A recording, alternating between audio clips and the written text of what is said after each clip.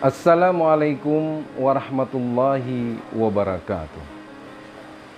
Bertemu lagi dengan saya, Fadli. Sahabat Impas yang dirahmati Allah.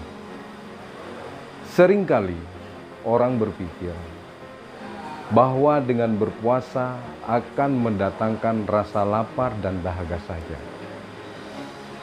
Padahal tidak. Anda tahu ulat?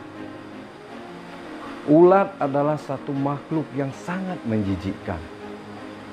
Makhluk yang begitu lamban. Tapi subhanallah,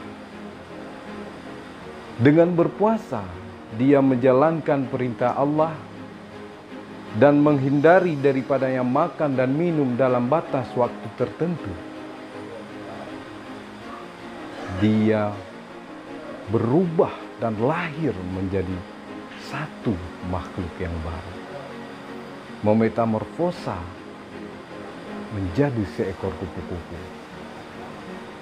Siapa yang tidak senang dengan kupu-kupu? Cantik, lincah, dan penuh dengan warna. Subhanallah. Betapa banyak orang kaya yang dengan sukarela mengeluarkan uangnya demi untuk mendatangkan dan mendapatkan seekor kupu-kupu yang cantik.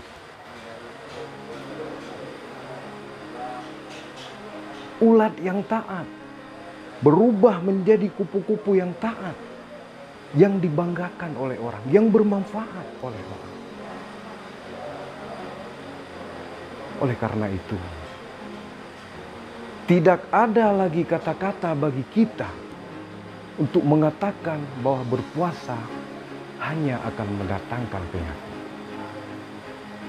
Sebagaimana Allah berfirman dalam surat Al-Baqarah.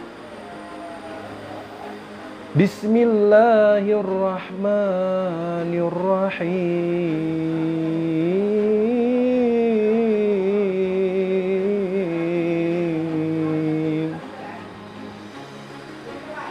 Ya ayyuhalladzina amanu kutiba alaikumus siyam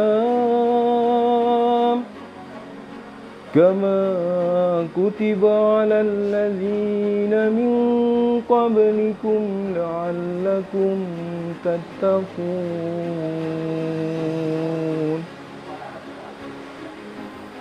Apa yang Allah sampaikan? Wahai orang-orang yang beriman, diwajibkan atasmu untuk berpuasa, sebagaimana Allah wajibkan atas orang-orang yang terdahulu sebelum kamu, agar kamu menjadi orang-orang yang bertakwa.